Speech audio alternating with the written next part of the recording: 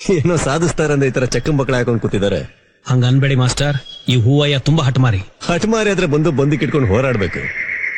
ಈ ತರ ಪದ್ಮಾಸನ ಹಾಕೊಂಡು ಕೂತ್ರೆ ಪ್ರಪಂಚ ಕೇಳುತ್ತಾ?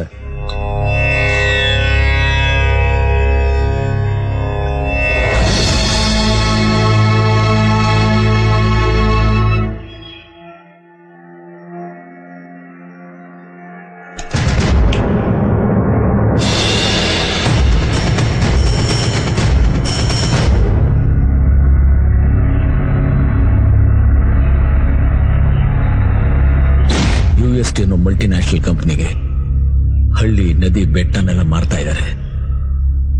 ನನ್ನ ಜೀವ ಇರೋವರೆಗೂ ನನ್ನ ಜೇನುಕೊಪ್ಪ ನಾನು ಬಿಟ್ಕೊಡೋದಿಲ್ಲ. ಹೈಕೋರ್ಟ್ ನಾಗ ಕೇಸ್ ಬಿದ್ದೋಗಿತ್ತಂತ ಹೌದನ? ಆದ್ರೆ ನನ್ನ ಜೀವ ಏನು ಉಳಿದಿದೆಯಲ್ಲ. ಎಷ್ಟು ದಿನ ಅಂತ ಉಪವಾಸ ಮಾಡ್ತೀರಾ? ಗಣಿಗಾರಿಕೆ ನಿಲ್ಲೋವರೆಗೂ. ಗಣಿಗಾರಿಕೆ ನಿಲ್ಲದಿದ್ರೆ ನಾನು ಉಸಿರು ನಿಲ್ಲುತ್ತಷ್ಟೇ. ಮುಂದಿನ ಸಲ ಎಲೆಕ್ಷನ್ ನಿಲ್ತಾರಂತೆ. ಸುಳ್ಳು. ನನ್ನ ಪಾಲ್ಗೆ ಇದೇ ವಿಧಾನಸೌಧ, ನನ್ನ ಹಳ್ಳಿ ಜನರೇ ಕ್ಯಾಬಿನೆಟ್, ಈ ನದಿನೇ ಸಂವಿಧಾನ. ನಿಮ್ಮ ಉಪವಾಸ ಯಾರ ವಿರುದ್ಧ? ನಮ್ಮ ಹಳ್ಳಿಗೆ ನುಗ್ಗಿ ದೌರ್ಜನ್ಯ ನಡೆಸಿದ ಪೊಲೀಸರ ವಿರುದ್ಧ, ಭ್ರಷ್ಟ ರಾಜಕಾರಣಿಗಳ ವಿರುದ್ಧ. ಹಿಂಸೆಗೆ ಬಲಿಯಾಗಿರುವ ಜೇನುಕೊಪ್ಪದಲ್ಲೀಗ ಸ್ಮಶಾನ ಮೌನ. ಎಂಎನ್ಸಿಗಳ ಆಮಿಷಕ್ಕೆ ಬಲಿಯಾಗಿ ಪೊಲೀಸರ ದೌರ್ಜನ್ಯಕ್ಕೆ ಹೆದರಿ ಜೇನುಕೊಪ್ಪದ ಜನ ಗುಳೆ ಹೊರಟಿದ್ದಾರೆ. ಆದ್ರೆ ಹೂವಯ್ಯ ಮಾತ್ರ ನದಿ ದಂಡೆಯಲ್ಲಿ ಏಕಾಂಗಿಯಾಗಿ ಉಪವಾಸ ಕುಳಿತಿದ್ದಾರೆ.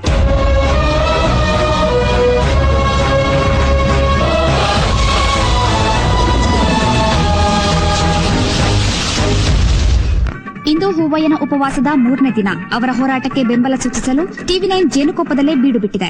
ಆದ್ರೆ ಇವರ ಈ ಒಂದು ಉಪವಾಸ ಸತ್ಯಾಗ್ರಹಕ್ಕೆ ಸಿಎಂ ಆಗ್ಲಿ, ಸಚಿವರಾಗ್ಲಿ, ಒಬ್ಬ ಎಂಎಲ್ಎ ಆಗ್ಲಿ ಇನ್ನೂ ಕೂಡ ಗಮನ ಹರಿಸ್ತಿರೋದು ಈ ಒಂದು ಸರ್ಕಾರದ ಅವ್ಯವಸ್ಥೆಗೆ ಹಿಡಿದ ಕನ್ನಡಿಯಾಗಿದೆ. ಕ್ಯಾಮರಾಮನ್ ಮಂಜುನಾಥ್ ಜೊತೆ ಸ್ವಪ್ನ, ಟಿವಿ9 ಜೇನುಕೊಪ್ಪ.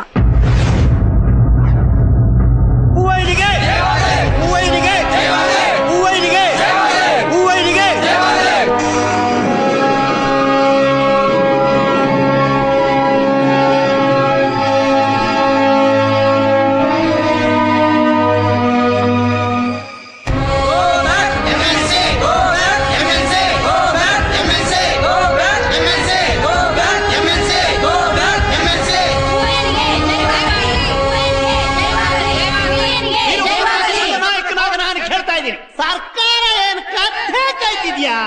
ಒಬ್ಬಳು ಸಾಧಾರಣ ನರ್ಸ್ ಅನ್ನ ಬಿಡದೆ ಇರೋರು ಕರ್ನಾಟಕದಲ್ಲಿರೋ ಒಂದು ಗಣಿನಾದ್ರೂ ಬಿಡ್ತೀರೇನ್ರಿ?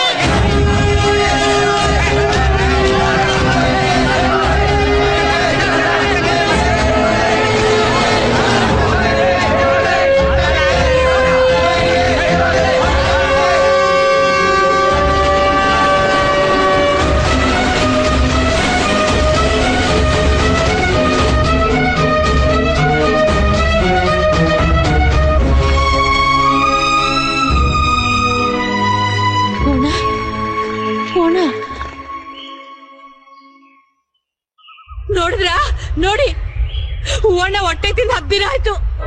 ಆ ಅಣ್ಣನ ಸಾಯಕ್ ಬಿಟ್ಬಿಟ್ಟು ನೀವೆಲ್ಲ ಊರ್ ಬಿಟ್ಬಿಟ್ಟು ಹೋಗಿದ್ದೀರಲ್ಲ, ಮನಸ್ರ ನೀವು? ತಪ್ಪಾಯ್ತು ಕಣೆ ತಾಯಿ, ತಪ್ಪಾಗೋಯ್ತು. ಹೂವಯ್ಯ, ನಿನ್ ದಬ್ಬಯ್ಯ ಅಂತೀನಿ, ಒಂದೇ ಒಂದು ತುತ್ತಿನ ಹೂವಯ್ಯ. ಬೇಡ ಅನ್ಬೇಡಪ್ಪ, ಒಂದೇ ಒಂದು ತುತ್ತಿನ್ನು. ನೀನ್ ದಮ್ಮಯ್ಯ ಅಂತೀನಿ, ನೀನಾದ್ರೂ ತಿನ್ಸೆ ತಾಯಿ.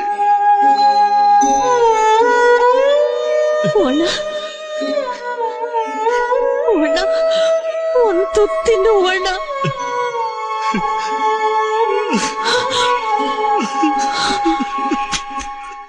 ಊರ್ ಸುತ್ತ ನೀರಿದೆ, ಇದ್ದು ಒಂದ್ ಸೇತುವೆನು ಬ್ಲಾಸ್ಟ್ ಆಗಿದೆ. ದೋಣಿ ಮೇಲೆ ಹೋಗ್ಬೇಕು. ಇಡೀ ಹಳ್ಳಿ ನಕ್ಸಲರ ವಶವಾಗಿದೆ. ಹೂವಯ್ಯ ಗನ್ ಇಟ್ಕೊಂಡು ಯಾವುದೇ ಪೊದೆಯಿಂದ ಬಚ್ಚಿಟ್ಕೊಂಡು ನಮ್ಮ ಮೇಲೆ ಅಟ್ಯಾಕ್ ಮಾಡಬಹುದು.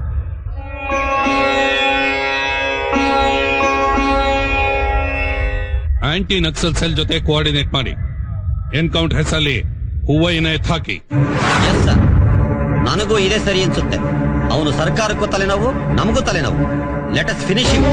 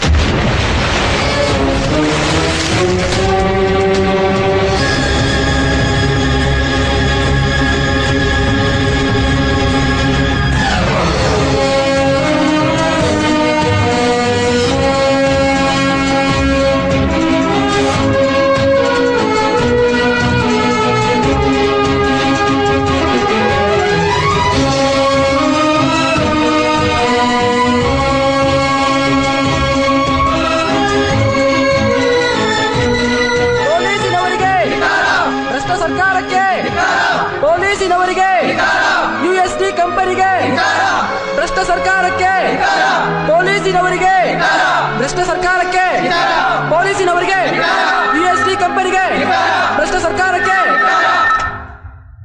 ಸರ್, ಎಲ್ರು ಹೂವಾಯಿನ ತರನೇ ಕಾಣ್ತಿದ್ದಾರೆ. ಏನ್ ಮಾಡ್ಬೇಕು ಅಂತ ಗೊತ್ತಾಗ್ತಿಲ್ಲ ಸರ್. ತಮಾಷೆ ಮಾಡ್ತಿದ್ದೀರೇನ್ರಿ ಇಡಿಯಟ್? ತಮಾಷೆ ಮಾಡ್ತಿಲ್ಲ ಸರ್, ಕಣ್ಬಿಟ್ ಕಡೆ ಎಲ್ಲ ಹೂವಾಯಿನ ಕಾಣ್ತಿದ್ದಾರೆ ಸರ್.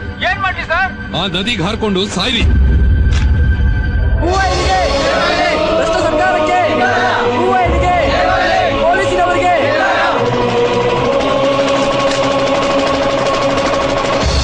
ನೀತಿಗೆಟ್ಟ ಸರ್ಕಾರಕ್ಕೆ, ಪೊಲೀಸಿನವರಿಗೆ, ಪೊಲೀಸಿನವರಿಗೆ, ನೀತಿಗೆಟ್ಟ ಸರ್ಕಾರಕ್ಕೆ.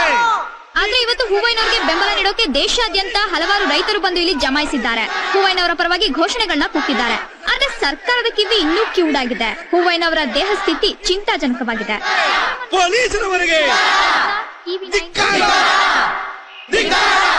ಪರಿಸ್ಥಿತಿ ನಮ್ ಕಂಟ್ರೋಲ್ ಮೀರ್ತಿದೆ ಸರ್.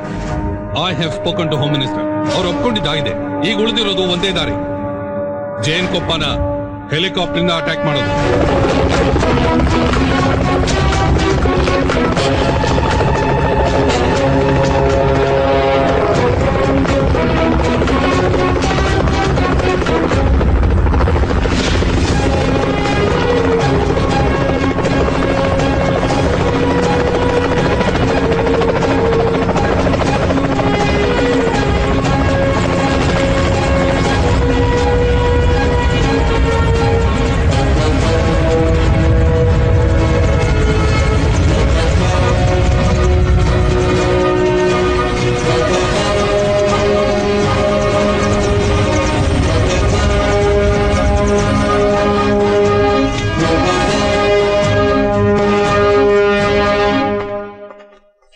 ಹೂವಯ್ಯ, ಹೂವಯ್ಯ, ಹೂವಣ್ಣ, ಹೂವಣ್ಣ.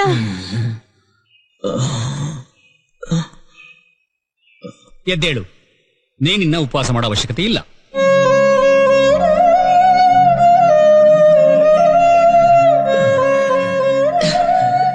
ಒಂದು ಎಳ್ನೀರು ತರಿಸಿ. ಒಳ್ಳೆ ಅಂತ ಸ್ವಾಮಿ. ತರಿಸಿ, ನಾನು ಹೇಳ್ತೀನಿ. ಹೂವಣ್ಣ, ನಿನ್ನ ಹೋರಾಟದಲ್ಲಿ ಗೆದ್ದೆ. ಸುಪ್ರೀಂ ಕೋರ್ಟ್ ಗಣಿಗಾರಿಕೆನ ನಿಲ್ಲಿಸಿ ಅಂತ ಸ್ಟೇ ಆರ್ಡರ್ ಕೊಟ್ಟಿದೆ. ಸುಪ್ರೀಂ ಕೋರ್ಟ್ ಗಣಿಗಾರಿಕೆನ ನಿಲ್ಲಿಸಿ ಅಂತ ತಡೆಯಾಜ್ಞೆ ಕೊಟ್ಟಿದೆ.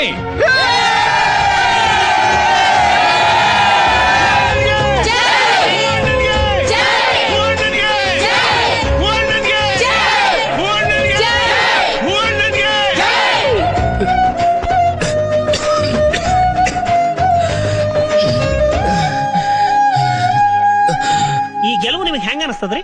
ಈ ಗೆಲುವು ನಂದೊಬ್ಬಂದಲ್ಲ, ತನ್ನ ಮಣ್ಣಿಗಾಗಿ ಹೋರಾಡು ಪ್ರತಿ ಹಳ್ಳಿ, ಪ್ರತಿ ರೈತನ ಗೆಲುವು. ರೈತನ ಗೆಲುವು ಒಪ್ಕೋತೀನಿ. ಆದ್ರೆ ಎಲ್ಲ ಹಳ್ಳಿಗಳಲ್ಲೂ ಒಬ್ಬ ಹೂವಯ್ಯ ಇರೋದಿಲ್ಲ.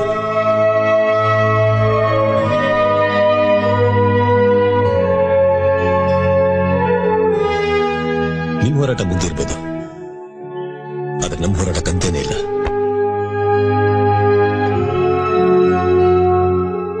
ಮುಂದೆ ಯಾವ ಗಂಡ? ಕಟ್ಕೊಂಡೂರು ಬಿಟ್ಟು ಬಂದೂರು, ಇದ್ರೆ ಈ ಊರು, ಎದ್ರೆ ಮುಂದೂರು. ಊರೊಳಗಿರೋ ಕಾಡು, ಕಾಡೊಳಗಿರೋ ಊರು, ಅದೇ ನಮ್ಮೂರು. Exactly right.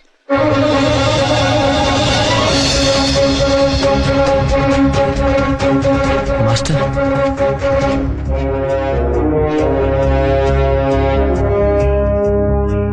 ಈ ಒಂದು ಜೇನುಕೊಪ್ಪದ ಸುತ್ತಮುತ್ತ ಇರುವಂತಹ 25 ಹಳ್ಳಿಗಳನ್ನ ಬಹುರಾಷ್ಟ್ರೀಯ ಕಂಪನಿಗಳು ಕಬಳಿಸಿಕೆ ಮಾಡಿದಂತಹ ಸಂಚು ವಿಫಲವಾಗಿದೆ.